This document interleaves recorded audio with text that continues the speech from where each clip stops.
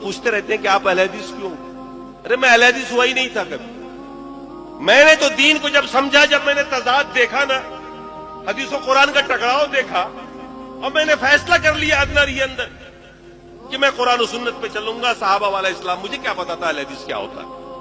ہم کو تو بچپنے سے پڑھایا گیا کہ اہل حدیث کو ساقی رسول ہوتا ہے، یہودی ہوتا ہے، رسول کو مانتا ہی نہیں. اس لیے ہم نے کبھی جھانک کے دیکھا ہی نہیں. کسی اہل حدیث کو دیکھتے راستہ موڑ لیتے تھے کہ سلام نہ کرنا پڑ جائے، بھیا ان کے سلام سے نکاح ٹوٹ جاتا. یہی سکھا رکھا تھا، دھوکے میں سلام کر لیا، بیوی ہاتھ سے نکل جائے گی. جب ہدایت ہم کو ملی، ہم نے جب سمجھا کہ قرآن و سنت پر چلنا ہی دین ہے، ہم نے چپکے سے استعفا دیا، گھر پہنچ گئے.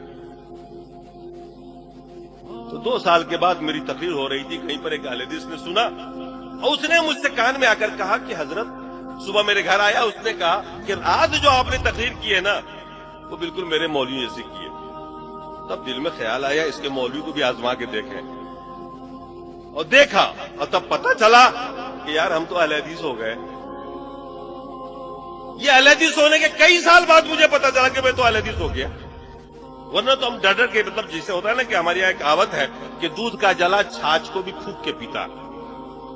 دودھ سے کسی منہ جل جائے نا بلی کا، تو چھاچھ کو بھی پیے گا، تو پھونک پھونک کے پیے گا، کہیں یہ بھی نہ جلا دے.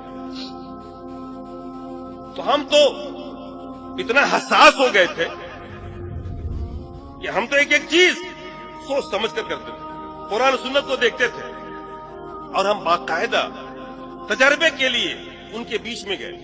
احمدیہ سلفیہ ایک مرتبہ گئے صرف یہ دیکھنے کے لیے کہ یہ لوگ نماز کیسے پڑھتے ہیں. جو ترمذی میں پڑھایا ہوا تھا مشکات میں، جو ایک ایک آداب نماز کے، تو ان میں سے ہر آدمی کو دھیان دیتا رہا کہ ایک ایک ادا جو ان کی رسول سے مل رہی، کیونکہ سب حدیث میں پڑھا چکا تھا.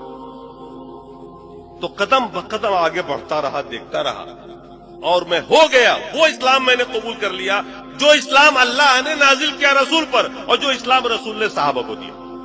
میں نے کہا مجھ کو اس کے علاوہ کچھ نہیں چاہیے، مجھے کسی کی تفسیر نہیں چاہیے، کسی کا بیان نہیں چاہیے.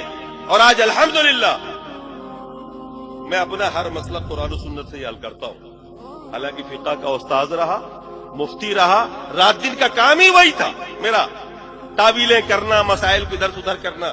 اللہ نے نجات دی، اور جب معلوم ہو گیا کہ میں اہل حدیث ہو گیا ہوں تو بڑی خوشی ہوئی اس دن. میں نے کہا دنیا میں اکیلا نہیں ہوں. اس سے پہلے سب سے زیادہ غم جو تھا مجھے وہ یہ تھا کہ میں اکیلا ہوں، کوئی ساتھی نہیں ہے. مجھے کیا پتا تھا کہ اتنی بڑی جماعت ہر جگہ پر راہ حق پہ چلنے والی جماعت ہے، نجات پانے والی جماعت ہے، قرآن و سنت پر چلنے والی جماعت ہے. یہ ہمیں علم نہیں تھا، اور اس کی وجہ یہ تھی کہ ہم آپ سے دور تھے، اور دور اس لیے تھے کہ ہمارے لوگوں نے یہی سکھا رکھا تھا کہ ان کے پاس مت بیٹھنا. اور جب ہوئے، اللہ نے ہدایت دی، کھلے، تو پھر مصیبتوں کے پہاڑ ٹوٹے. آج تک میرے اوپر سوشل بائی کارڈ ہے، لیکن میں نے کہا کوئی پرواہ نہیں، جنت ملے گی نا، ادھر کی گارنٹی ہے نا. ہو گیا، روزی کا مالک اللہ ہے. اللہ نے قرآن میں فرمایا وَمَا مِن دَابَّةٍ فِي الْأَرْضِ إِلَّا وَعَلَى اللَّهِ رِزْقُهَا. دنیا میں جتنی بھی جاندار چیزیں، روزی کا ذمہ اللہ نے کہا میرا. اللہ نے کہا نا، ذمہ لیا نا اس نے. آپ کی جنت کی ذمہ داری لیے کیا؟ آپ کی جنت کی بھی لیے کیا؟ لیے کیا کہ تو جنت میں ہر حال میں ڈال دوں گا؟ نہیں نہ لیے. اس کی فکر کرو جس کی نہیں لی ہے. اس کی فکر کیوں کر رہے ہو جس کی نہیں رکھی؟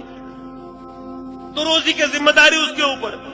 اب ہمارے بہت سارے ساتھی علماء ہیں، وہ زمانے والے ملتے ہیں، سمجھاتا ہوں، بتاتا ہوں، وہ سمجھ لیتے ہیں، بات مانتے کہ حق پر آپ ہی ہیں، سب کچھ ٹھیک ہے.